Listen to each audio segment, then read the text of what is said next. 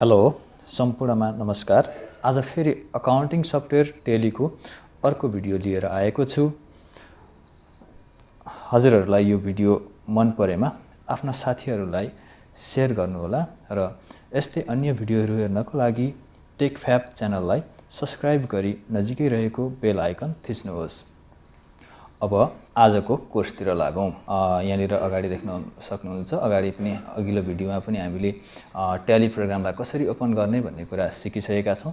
यो tally प्रोग्रामलाई open गर्नको लागि यहाँनिर ट्याली लेखेको आइकनमा गएर म डबल क्लिक गर्छु।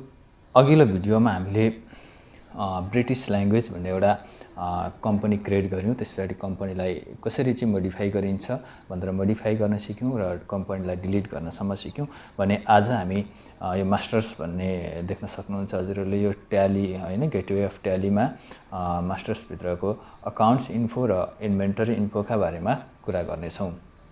अब अकाउन्ट्स इन्फोबाट चाहिँ हामीले विभिन्न किसिमका लेजरहरूलाई चाहिँ क्रिएट गर्ने काम गर्दछौं। जस्तै लेजरहरू भनेको हामीले चाहिँ सामान कसलाई बेच्छौं, कोबाट पर्चेस गर्छौं, त्यसपछि भ्याटका कुराहरू आउँछन्, ब्याड डेब्ट्सका कुराहरू आउँछन्। यी कुराहरूलाई चाहिँ हामी समेटेर लेजर का केही कुराहरू म क्रिएट गर्न सिकाउने छु। त्यसपछि लेजरलाई चाहिँ कसरी एडिट गर्ने र कसरी मोडिफाई गर्ने भन्ने कुरा पनि सिक्ने छौं अकाउन्ट्स इन्फोबाट। अब हामीले लेजरलाई क्रिएट गर्नु पर्यो। यदि हामीले कुनै पनि कारोबार गर्नको लागि हामीलाई लेजर आवश्यक पर्छ, ती लेजरहरूलाई चाहिँ क्रिएट गर्नको लागि अकाउन्ट्स इन्फोमा जान्छु र मैले इन्टर गरेँ। त्यसपछि अकाउन्ट्स इन्फो भित्र ग्रुप्स रहेको छ, लेजर रहेको छ, भाउचर टाइप रहेको छ, क्विट रहेको छ।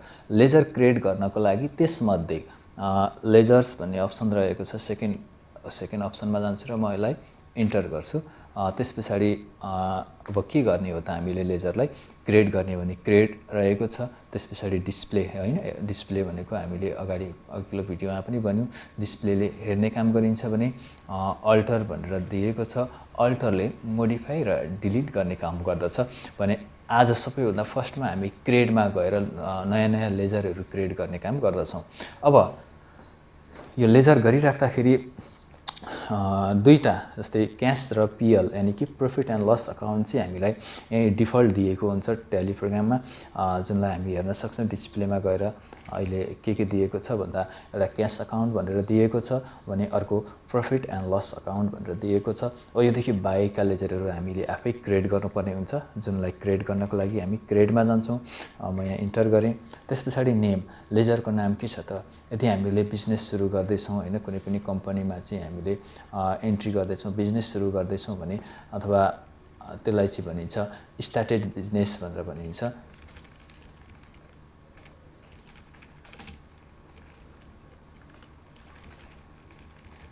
स्टार्टेड बिजनेस भनेको जहिले पनि क्यापिटल अकाउन्ट हुन्छ। मैले अन्डरमा क्यापिटल अकाउन्ट छोड्देँ। त्यसपछि म इन्टर गर्दै अगाडि बढ्छु।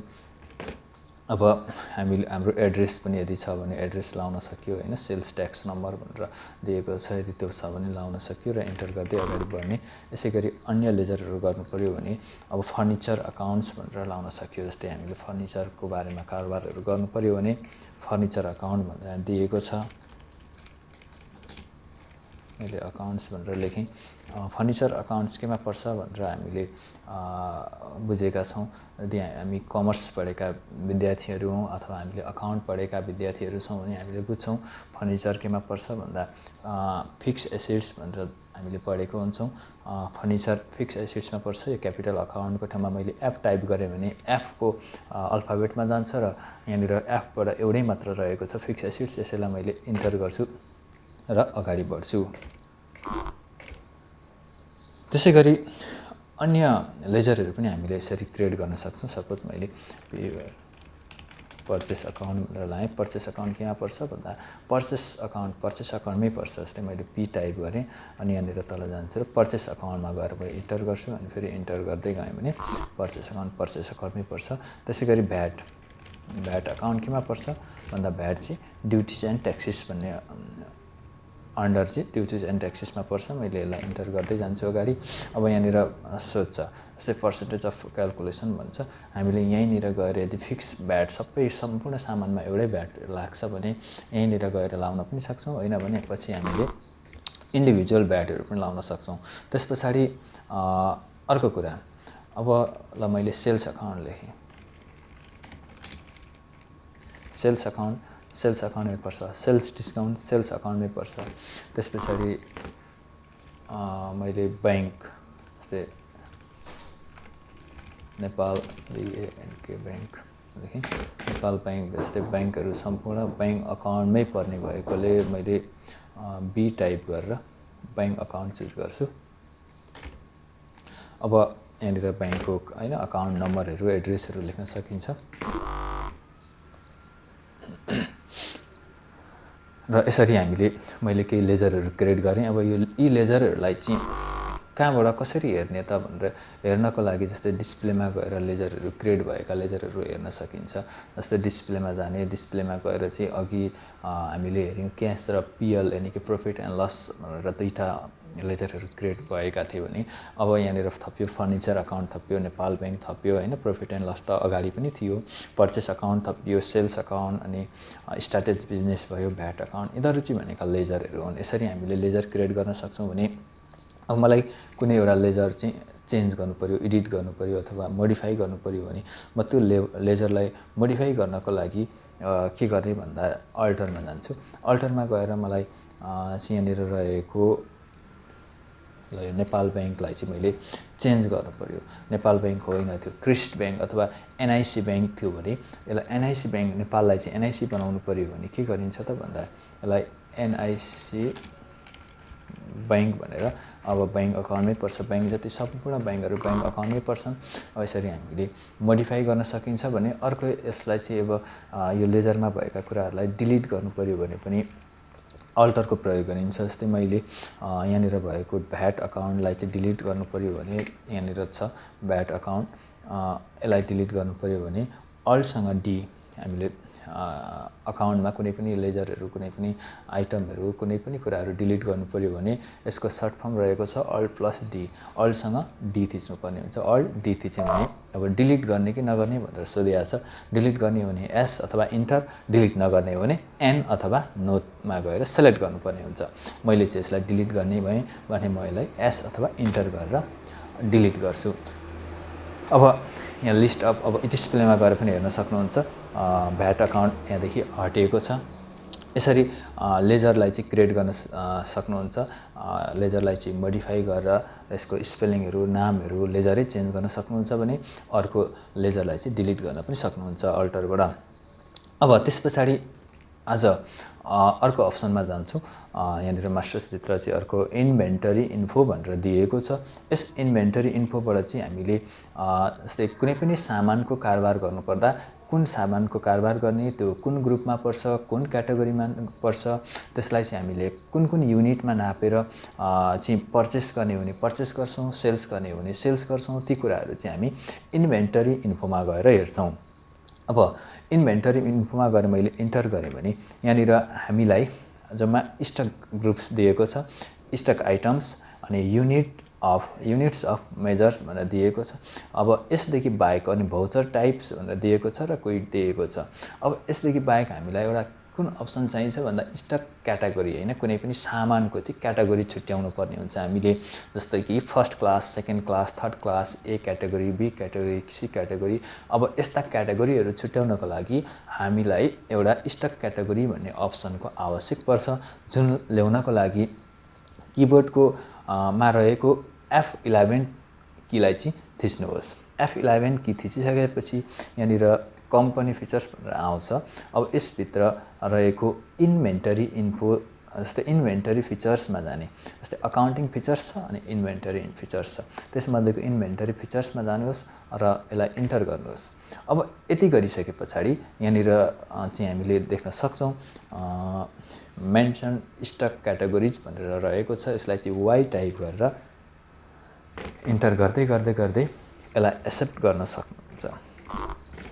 अब हेर्न सकिन्छ जस्तै इन्भेन्टरी फिचर्समा हामीले गएर त्यो गरिसकेपछि स्किप थिच्नुहोस् एकचोटि र यहाँनिर देख्न सक्नुहुन्छ स्टक ग्रुप्स र स्टक आइटम्सको बिचमा रहेको छ स्टक क्याटेगोरिज भनेर दिएको छ। अब सबैभन्दा सुरुमा म युनिट अफ मेजर्सदेखि नै जान्छु। युनिट अफ मेजर्समा गएर चाहिँ अब हामीले सामानहरू किन्नुपर्दा कुन कुन युनिटमा सामानहरू किन्ने भन्ने कुराहरू हुन्छ। जस्तै युनिट अफ मेजर्समा गएँ मैले सामानहरू कुनै सामान पिसमा किन्छु, कुनै सामान लिटरमा नापेर किन्छु। यदि तरल पदार्थहरू त्यस्ता कुराहरू छन् भने लिटरमा नापेर किन्छु, कुनै सामान केजीमा किन्छु, कुनै सामान दर्जनमा किन्छु। अब ती युनिट अफ मेजर्स चाहिँ हामी कस्ता सामान कुन युनिटमा नापेर किन्ने भन्ने कुरा चाहिँ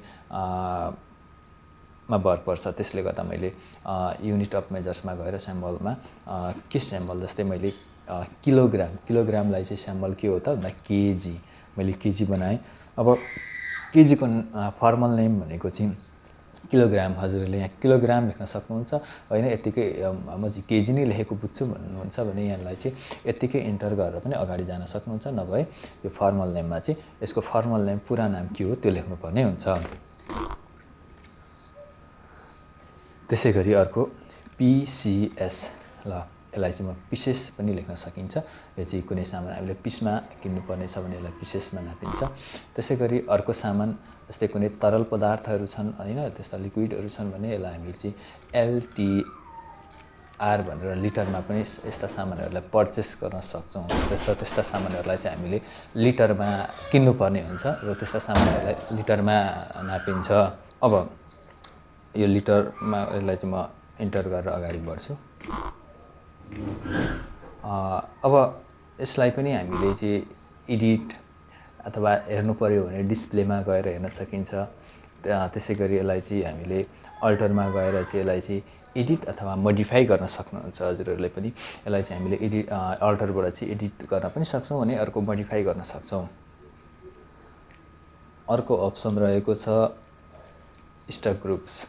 स्टक ग्रुप्सबाट चाहिँ हामीले हाम्रा सामानहरू कुन कुन ग्रुपमा पर्छन् भन्ने कुरा रहन्छ। जस्तै एक्जाम्पलको लागि हामीले हेर्न सक्छौँ स्यामसङ मोबाइल, नोकिया मोबाइल होइन, अनि एमआई, लाभा, माइक्रोम्याक्स, यी मोबाइलहरू चाहिँ आइटमहरू भए।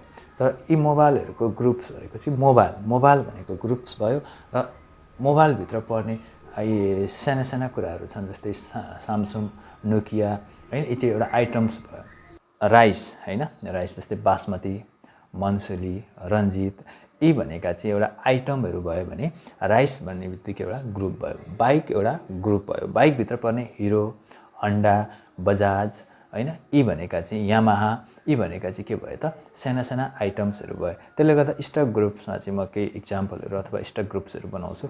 अब स्टक ग्रुप्समा यहाँनिर हेर्न सक्नुहुन्छ डिस्प्ले र अल्टर चाहिँ अहिले डिजेबल भएको छ, किनभने अहिलेसम्म हामीले हेर्नको लागि कुनै ग्रुप नै बनाएको छैनौँ र यसलाई चाहिँ एडिट अथवा मोडिफाई गर्नको लागि अथवा डिलिट गर्नको लागि हामीले कुनै पनि ग्रुपै बनाएको छैन। त्यसले गर्दा म क्रिएट गर्छु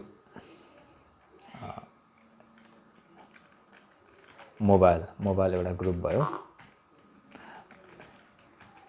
राइस एउटा ग्रुप भयो, यसरी जस्तै पेन भन्ने पनि एउटा ग्रुप भयो। पेनभित्र के पर्छ त टपटिक अनि सेलो यिनीहरू भनेको चाहिँ भित्रको आइटम्सहरू भयो। त्यस पछाडि डिस्प्लेमा गएर हेर्न सकिन्छ भने अर्को अल्टरमा गएर यसलाई चाहिँ मोडिफाई अथवा डिलिट गर्न सक्नुहुन्छ। त्यस पछाडि अर्को अप्सन रहेको छ स्टक क्याटेगोरी। कुनै पनि सामानको कुनै पनि वस्तुको क्याटेगोरीहरू हुन्छ। अब त्यो क्याटेगोरीमा चाहिँ के राख्ने भन्ने कुरा रहन्छ। सपोज मैले चाहिँ स्टक क्याटेगोरीभित्र गएर चाहिँ विभिन्न कुराहरू राख्न सकिन्छ। जस्तै स्टक क्याटेगोरीमा म जान्छु र एउटा रहेछ ल फर्स्ट क्लास होइन, कुनै पनि सामान फर्स्ट क्याटेगोरीको हुन्छ।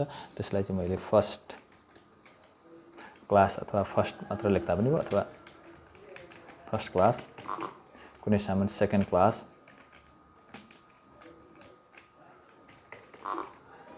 कुनै सामान थर्ड क्लास, यसरी अब फोर्थ फिफ्थ पनि छ भने थप्दै जान सक्नुहुन्छ। अब कस्तो क्याटेगोरीमा राख्नु भएको छ, जस्तै स्यामसङ मोबाइल आफ्नो मोबाइललाई चाहिँ क्याटेगोरीमा कसरी बाँडिएको छ भन्दा जे सिरिन्जमा बाँडो होइन, एसमा बाँडो अनि एममा, जस्तै एम पनि अब जेको पनि J2 होइन, J5 J7 छन् भने अब एम सिरिजको छ अनि एस सिरिजको छ। यसरी क्याटेगोरीहरू छुट्याइएको हुन्छ। हामीले चाहिँ first class, second class, third class भनेर छुट्यायौँ क्याटेगोरीलाई। त्यस पछाडि डिस्प्लेमाबाट हेर्ने भयो, अल्टरबाट मोडिफाई र डिलिट गर्ने कुराहरू छँदैछ। लास्टमा स्टक आइटम हामी हेर्छौँ 4वटा कुरामध्ये। अब स्टक आइटम्स भनेको चाहिँ के हो भन्दा हामीले अगाडि बनाइसकेका ग्रुपहरूभित्र पर्ने साना साना कुरालाई चाहिँ आइटम्स भनिन्छ। सपोज यहाँनिर मैले BAS बासमती भनेर अप्सन चुज गरेँ। बासमती केमा पर्छ त? मोबाइल, पेन, राइस मध्ये बासमती भनेको त एउटा राइस हो, राइसमा पऱ्यो। अनि क्याटेगोरी ल फर्स्ट क्लास रहेछ, फर्स्ट क्लासमा राख्ने। अनि केजी, लिटर र पिस केमा नापिन्छ भन्दा राइस भनेको त केजीमा नापिन्छ, त्यसले मैले केजी चुज गरेर इन्टर गर्दै गएँ। त्यस्तै गरी नोकिया के हो भन्दा नोकिया मोबाइल हो एउटा, मोबाइल इन्टर गर्ने। त्यस पछाडि यो कुन क्लासमा पर्छ? यदि फर्स्ट क्लास हो भने फर्स्ट क्लास, सेकेन्ड क्लास हो भने सेकेन्ड क्लास। मैले फर्स्ट क्लासै चुज गरेँ। अनि केमा नापिन्छ त मोबाइल भन्दा मोबाइल चाहिँ पिसमा नापिन्छ, PCSमा नापिने भएर मैले पिस चुज गरेँ। त्यस्तै गरी अब अरू पनि हामीले यसरी लिन सक्छौँ। जस्तै लाभा भन्ने मैले चुज गरेँ।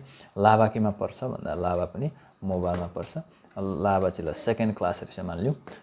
त्यस पछाडि यसलाई चाहिँ PCSमा नापिन्छ, मैले PCS चुज गरेर इन्टर गर्दै गएँ। यसरी हामीले आज हेर्न सक्छौँ। अब यसलाई पनि यस्तै हामीले डिस्प्लेमा गएर हेर्न सक्छौँ।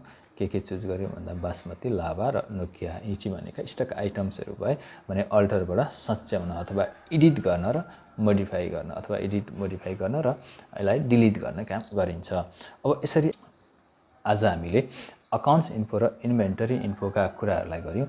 अब अकाउन्टिङ भाउचर भनेर दिएको छ। अकाउन्टिङ भाउचर्सका कुराहरू अनि इन्भेन्टरी भाउचर्सका कुराहरू यहाँदेखि अन्य भिडियोहरूमा हामी हेर्ने नै छौँ भन्दै आजलाई थ्याङ्क यू।